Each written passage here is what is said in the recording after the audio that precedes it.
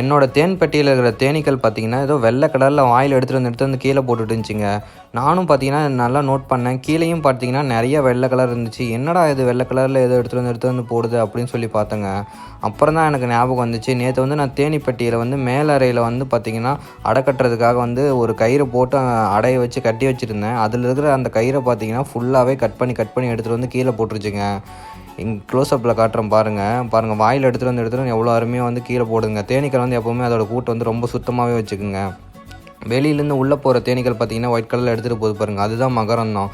அது வந்து எதுக்கு யூஸ் ஆகுதுன்னு பார்த்தீங்கன்னா, அது வந்து அதோட சாப்பாடு வந்து அதுதாங்க. அதோட சாப்பாடு வந்து மகரந்தமும் தேனையும் சாப்பிட்டு அதில் இருக்கிற அதோட தேன் பூச்சியில் வந்து அதுக்கு மெழுகு சுரக்குங்க. அதை வச்சு தான் அது வந்து புதுசாக தேனீக்கள் மகரந்தம் எடுக்கிறதுனால என்ன ஒரு பயன் பார்த்தீங்கன்னா, தேனீக்கள் வந்து மகரந்தம் எடுத்துகிட்டு ஒரு பூலேருந்து இன்னொரு பூவில் உட்காரும் போது பார்த்தீங்கன்னா அங்கே மகரந்த சேர்க்கை ஏற்படும். அதில் வந்து அதிக அளவு வந்து காய்க்கும். இதுதான் பார்த்தீங்கன்னா மகரந்த சேர்க்கை.